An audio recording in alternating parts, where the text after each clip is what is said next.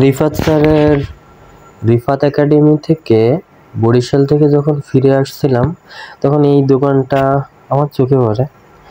পুরাতন বইয়ের দোকান, ক্রয় বিক্রয় করা হয়। যেখানে লেখা রয়েছে এই বইয়ের দোকানের বয়স প্রায় 40 বছর। আমি বইয়ের দোকানের ভিতর ঢুকে একেবারে মুগ্ধ। এ কি দেখতেছি! আমার কাছে বই মানে তো আসলে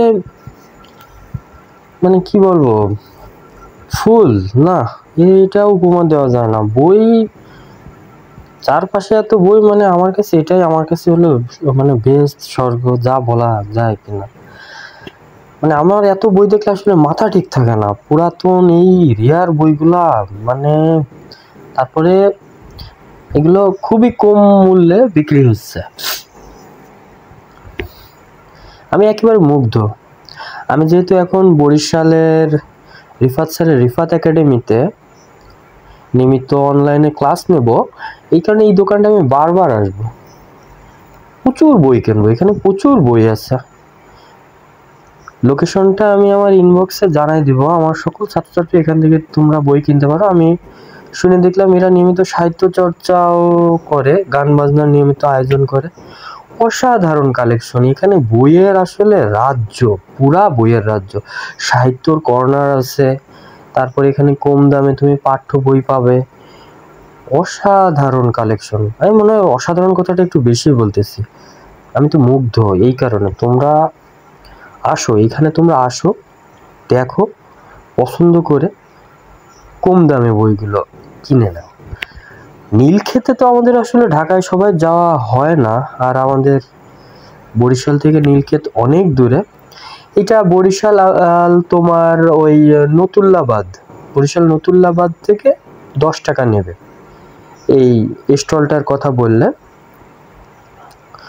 দেখো, ডেল কার্নেগি রচনা সমগ্র, অনেক আগের কলকাতার অনেক পুরাতন মুদ্রণের কিছু বই আছে। এই যে এই বইটা আমি কিনেছি একদম কম দামে, সস্তা, 30-40 টাকা দামে। এখানে খুব ভালো ভালো বই আছে।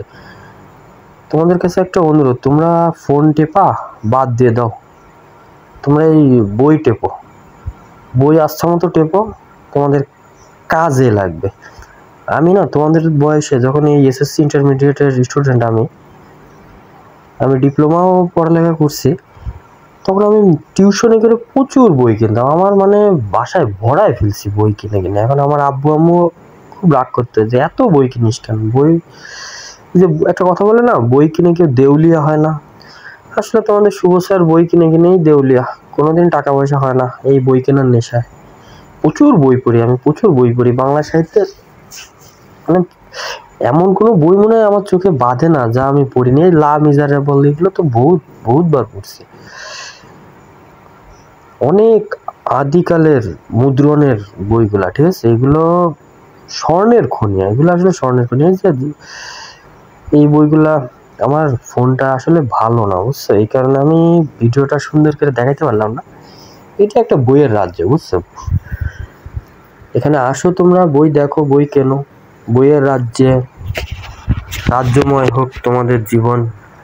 আমি এমন একটা বেস্ট চাই, যদি আল্লাহ তাআলা আমাকে মাফ করে কখনো পরকালে বেস্ট দেয়, তাহলে অবশ্যই সেখানে চারপাশে বই থাকতে হবে। আমার ব্যক্তিগত লাইব্রেরির জন্য এখান থেকে আমি আজকে কিছু বই কিনলাম। বইগুলো আমি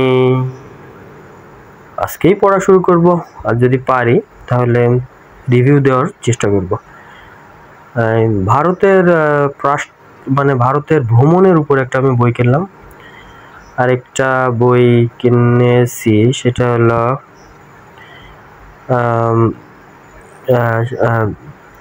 উপন্যাস, একটা তোমার ওয়েস্টার্ন একটা উপন্যাস, হরর উপন্যাস, থ্রিলার টাইপ। আমি বইয়ের